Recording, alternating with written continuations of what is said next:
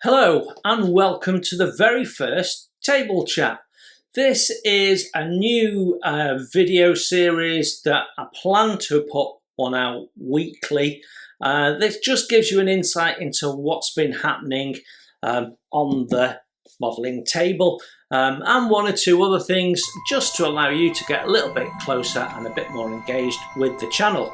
So I thought a really good way of starting off and kicking off the very first table chat was to give you a little bit of a look behind the scenes. So let's do that first.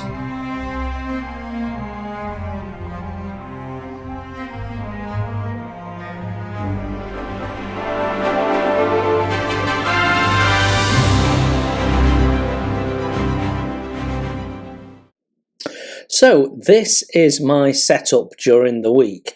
What you can see there is my modelling desk, my work desk. So this is a desk that I fold the legs away and put it behind the desk. Most of the time I bring it out just when I need to. So if I've got my paint booth up, it goes on there, and when I'm working it goes on there. The rest of the time it's out of sight because I don't need it, and it does block access to the back door. So most of the time there's just me in the house, so I don't tend to put the heating on. I have a little radiator there on casters I can roll around as I need to, so that keeps me warm enough with the kitchen door shut. It's a nice little space. You can see I've also got my computer set up there and my modelling desk. It all works quite nicely. Now that's where I usually sit when we're filming the monthly catch-up, and this is where we usually mount the camera. So my coffee machine just behind it, and that's the view you usually get. So yeah, sits there quite nicely. In fact, that's the bit of equipment I used to record all of my build videos on. It used to sit on the desk, and if you remember, we used to film upside down, so it'd be there in the middle, and we'd be filming upside down. But now we film from above on this boom, which is attached to the top of my cupboard there, which is why sometimes you get a little bit of shake. If I'm being a bit rough on the modelling desk, it can make that shake a little bit. But yeah, that's spring loaded. I put my iPad inside, and it sits down there, and I can zoom in and out and film everything from above. You get that sort of view. I sometimes have my camera up. I've got a little mini tripod for the mobile phone camera, which I use sometimes, and when I'm doing my close-up work, it's my iPad just there with on its ordinary case, built-in case stand, and sometimes this little paint stand that my Tiger is on is also used for propping the iPad up, and that's pretty much how I do all my filming.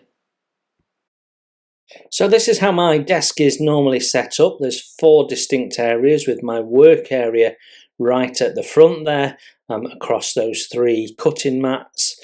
Although I've got all my tools nearby in the modelling cupboard, as you know, this all folds up and rolls into the corner if we need it to. Not that I do that very often, in fairness, but I like to have some tools to hand, the ones that I use regularly, and they're in this area sort of here. You can see where from the microphone to my little sprue bin, I've got my glues there, my sanding sticks, I've got some weathering stuff, my glues and bits and pieces all there. I've got my little sanding stick wipe there. You can see these little sponge strips here. I keep them there because if I have an accident and spill something, I can put them down and it quickly sucks everything up. So they're really handy to have, little offcuts of sponge, and I have my little clamps to hand, but all the others are stowed away as needed. And my paint brushes on the little dragon tail there, and most of my other brushes are just kept at the back there. And behind that you can see my Proxon drill press, which I use occasionally for my power tool. I tend to use it more for wood modelling, but I certainly use it for plastic as well. That space at the back is often where model kit boxes go, but sometimes we'll have part builds there. And you can see I've got some paints and things which I'm currently using, so it just keeps everything out of the way. And then finally, this area here where my Optivisor is, I tend to have my instructions and in progress build parts there generally, but when I'm working I can't have my stand up. I have a music stand with my instructions on normally when the side table's not there. Now that's basically how I'm set up. And then on this side I have this little table here, the dumbwaiter, which has my 2 computers on. The one you can see open is my modelling computer, so it's got all my videos and bits and pieces on, and nothing else that's not model related is on there. Keeps the memory as clear as possible and everything moving nice and fast. And then the computer at the back has my music on, photos and day-to-day stuff, web browsing and the like. And that's where my beer is when I'm talking to you on a live stream premiere. So yeah, that's how it all comes together. And then on the top of the cupboard I've got sort of the projects and things I'm working on or coming up. So you can see my diorama there on top of the Wingnut Wings Gotha, which is just being started off. I have what's left of my tiger build in those 2 boxes there. And then on this side we have the commercial vehicle build entry, which is going to be the little ICM fire truck, and below it a kit I bought at the Bolter Model Show, waiting to be filmed for a first impressions. And then next to that you can see everything we need to build HMS Fly, which sadly is not progressing at the moment. I'm just struggling to find time, but we will get to it, and it's there staring me all the time. And then everything else, my paints and everything else I need is all to hand in these wings.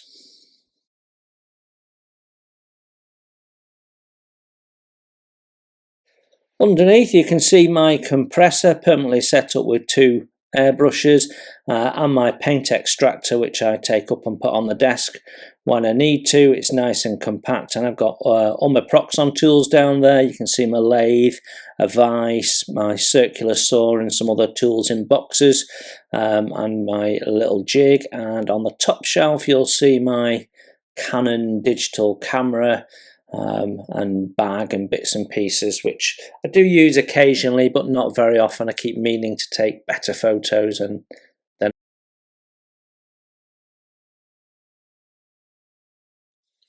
so now you know what goes on behind the scenes and how everything's set up and works. What's actually been happening on the desk this week? Well, let's start with, we were having a play with decals. So actually, officially this wasn't a week ago, it was about 2 weekends ago that we started playing with decals for our Gotha build. Now, why is that important? Because I've actually started it. And I will show you progress in a minute. So this is one of the things that we can do in our little table videos, is talk about things actually aren't formally out there as videos yet.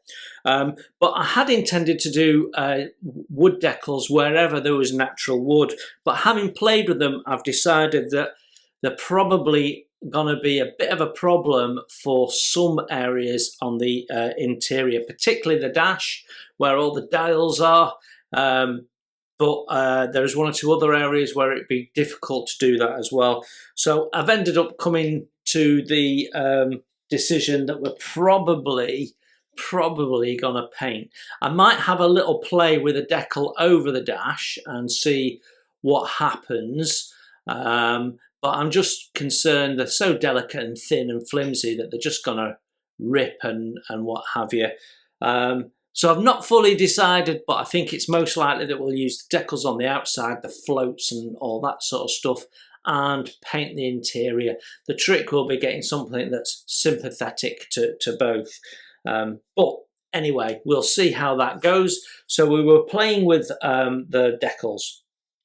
On the desk right now is the small scale car build entry. I'm doing the ICM Admiral Saloon, but I'm not doing the saloon version. It turns out that in the kit you get the Cabrio version as well, so I'm doing the soft top version. Now the only thing that's missing is to be able to show it with the soft top folded down, but I don't want to do that anyway, and I think it'll look nicer than the hard top, so that's the way I'm going. I'll plan to put a video out probably at some point over the weekend or early next week. Once I've got all of this built up, I want to get it built up in the first week, ready for paint. So by middle of next week, I want everything built up and its sub-assemblies ready for paint. I was lucky I got an extra night's modelling in this week, so I've sprung ahead.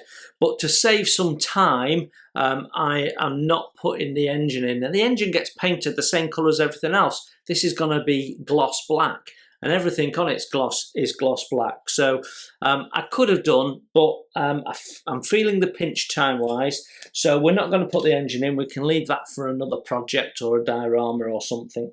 The front end is proving to be tricky. The instructions want you to build the inner and outer wing, but I can't work out how that all aligns, so I'm going to build it slightly differently. And if you want to know how that turns out, wait until you see the video. So I will be doing an update video on that soon. I have filmed some bits and pieces of building it, but it's not going to be a long full build. It's just going to be an update where we are and show some bits on that journey is the plan. On the Tiger, haven't done much on that this week. Finished painting the tracks. Needed a little bit of a break after doing those tracks. It was just mind numbing. And that's why we started the Gotha build.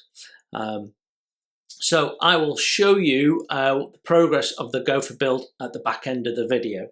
But yeah, the Tiger, we've painted the inside of the tracks, so they're ready for weathering, and I've done a little bit of prep on the tools, so finishing the tools and building the tank up. So I think exhausts is probably my next step on the Tiger, but I want to try and concentrate on getting the Tiger together. You saw the video come out yesterday. That pretty much gets you up to the part of the Tiger that where we're putting the tracks on. So yeah, you're pretty much caught up to where I am with the Tiger, though not necessarily with the diorama. So that's where we are with that. So as we know, the modelling hobby is really, really good for your mental health. But there's something that I have not done for 20 years that I wanted to get back into. So I thought it'd be nice in each one of the weekly updates to see how I'm progressing with that. And that is growing some vegetables. Not done it for 20 years. Now, the history of this is that when I was a kid, my grandfather used to grow vegetables, and I've got strong memories of picking homegrown peas and things like that and eating them and what have you. And I really, really enjoyed it as a kid. My dad used to grow vegetables. And then when I had a big garden, I grew some vegetables. So I've grown all sorts of stuff. I used to have a big greenhouse and stuff like that. And I really enjoyed doing it. But I now have a small garden, and with kids, I stopped gardening and what have you. And recently we redid the garden about 3 years ago. I re-landscaped the garden, and we put a load of plants in for Paula, who enjoys a sort of a cottage garden feel. But now I want to get some vegetables growing again. So I'm kicking that off this year, and I thought you might be interested in the progress. So we've planted our first seeds. So take a look at these. Something I have not done for over 20 years, but I'm getting back into this year, is growing my own vegetables. We've only got a small garden, so we're doing it in planters and troughs. These are my first sprouting vegetables, and they are tomatoes, Gardener's Delight, which my grandfather and my dad used to grow. So these are probably the most common tomatoes in the UK. And on this side I've got oregano that's yet to sprout, so we're keeping the plastic on there just to keep things a bit warm. So I will keep you updated on what's happening in the garden as well. I think that might be quite interesting. And so the kids were really excited. We've got things that we've grown from nothing. So yeah, they're following with interest also. Maybe next time we'll show you the planters and things that I've bought for growing the vegetables in the garden. Now, I'm no green-fingered expert at all. I'm feeling my way through this. I don't know how successful it's going to be, but we're going to be growing tomatoes. I've got some herbs, and I think we've got spinach and spring onions and green beans, dwarf green beans, and all sorts of other little bits and pieces. So yeah, it'll be interesting if nothing else. Right then, I think that is it for the first one. I'm going to leave you with a little bit of a look at the Gotha. So a couple of weeks ago I was doing individual link tracks and it was absolutely hammering my head. So I had a break, I did something different, and here it is. The Wingnut Wings 1:32 scale Gotha build has begun. So you can see here my little paint list that I've made up, cut it out of the instructions. Let's get my photo etch and things out of the way. And these are the parts for the first 2 steps, which is effectively the first 2 pages. There's only 9 steps in total, and these are all the parts in the process of being cleaned up and built up to sub-assemblies ready for paint. Now, there's no way I'm going to be able to get the decals on this and get them to sit right and without ripping them and what have you. So I've decided to paint, which means a slower build because of oil painting, but I think the outcome will be far better. So that's the plan. That's going to be quite a tricky part, probably the most difficult part in the whole cockpit interior build, I would imagine. But yeah. So I've been surprised at how much cleanup is needed. Quite a bit of seam, a little bit of flash, but the part detail is lovely. That gives you an idea of the size of the cockpit. That's the 2 floor pieces jointed together. So yeah, and quite a bit of detail on there, as you can see. And then there's bulkheads and various other bits and pieces. Some quite delicate pieces as well. We're quite difficult to clean up, and there's our little seat, which looks quite nice. So quite a bit of painting to do in this first bit, so it won't be a quick build, and I won't be doing any for a little while because it's really an in-between build. My focus is the Tiger, and then the focus is the Queen Mary 2. But these are all my paints. You can see there's a lot of MIG paints in there, some enamels, even some Tamiya paints. So yeah, we are all set up and on a slow burn to start with. And once Queen Mary's done, we'll get this speeded up, I think. But it's such a nice build already. Really enjoying it. Thank you for joining me. It's been great to see you. I will see you next week when we do the table talk all over again and see how things have progressed. In the meantime, on Monday, you've got to meet the creator that you really don't want to miss, because you've probably never seen his models. Then we've got First Impressions, which is a really interesting kit. And then on Friday, I'm still not in the habit, am I? Friday, we'll have more from the Tiger. I'll see you there. Take care. You enjoy your modelling, and I'll see you soon.